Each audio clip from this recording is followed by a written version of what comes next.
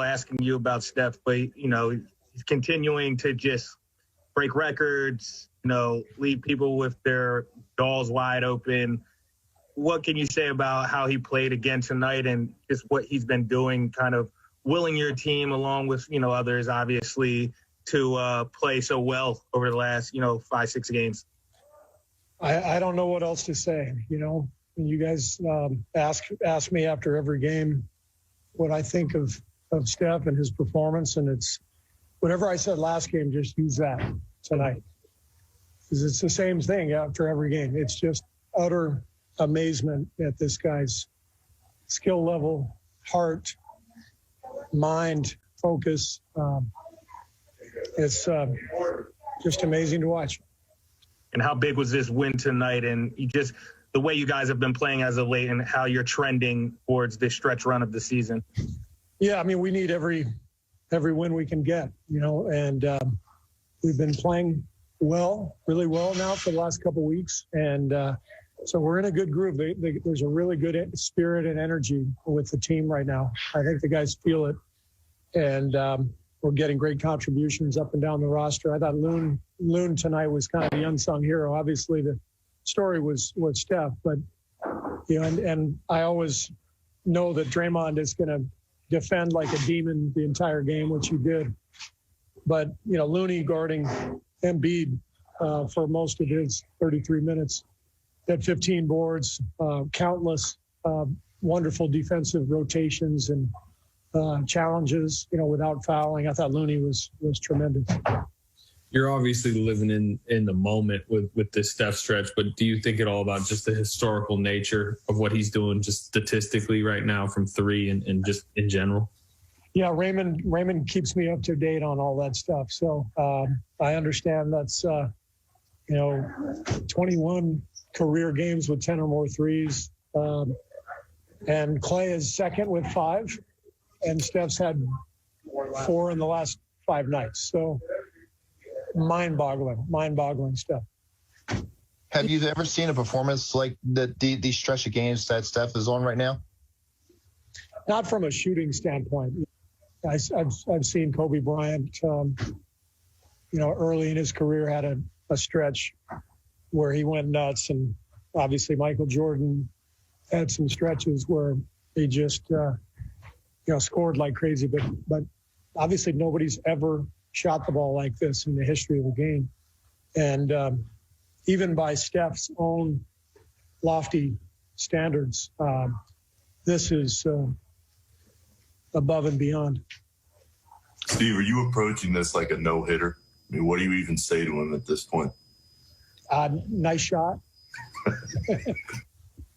You mentioned Kevon Looney and Draymond Green. And how encouraging is it to see when you have such a limited amount of bigs do this against one of the best centers in the league? Does it kind of make you not relax against other teams, but just reassure you even more that you can get it done with just 2 bigs right now? Yeah, that's, the biggest thing with Loon is that he's healthy. This is a guy who has helped us win playoff games and finals games. So we knew what we had in Loon. We just didn't know if he could stay healthy. Last year was a really tough year for him. So it's so great, amidst all these crazy injuries we've had over the last 3 years, to see Kevon healthy and playing the way he is just awesome. And then Draymond is Draymond. He's one of the great defenders in the history of the game. I think he's the best defender in the game today because of what you have to do as a big these days, guarding pick and roll, switching onto the perimeter, protecting the rim, helping. Draymond is incredible. So those 2 guys are holding it down for us right now.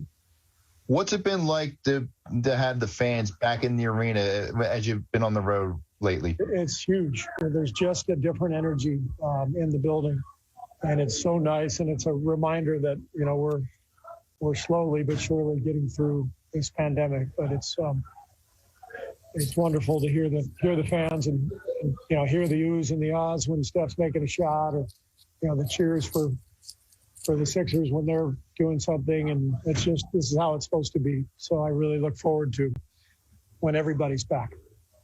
How do you think you see the Sixers going forward the rest of the season after playing them twice? Sixers? Yes.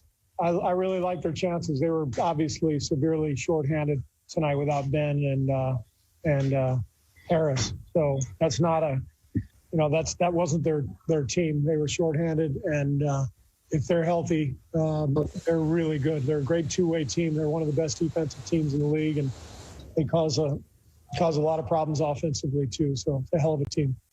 Steve, how do you feel as the coach when you see a defense that's deciding not to double Steph? Well, it's it's easier said than done, Marcus. And I just, when you commit to the ball against Steph, you have to do it at half court. So it's not like any other traditional superstar that you got to send to maybe at the 3-point line or at the elbow, and you can pull your defense in. If you're going to send 2 to Steph, you have to send 2 to half court, and then these are NBA players. 4-on-3 is pretty easy. So having said that, I wouldn't be surprised if somebody does that soon. How did you like the element of Kelly off the bench tonight and how he contributed?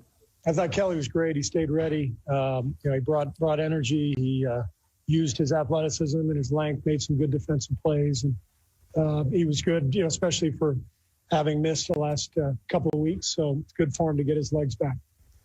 Steve, you've seen different players in different sports sort of run roughshod over their sports. I mean, Tiger in golf for a while, Usain Bolt in track. But what Steph is doing as coach, you're watching this in live action. Have you seen anything like that, even in any sport, where somebody's just making a mockery of the opponent at times? Michael Jordan. In the last 20 years, anybody? Okay. Since MJ, probably not.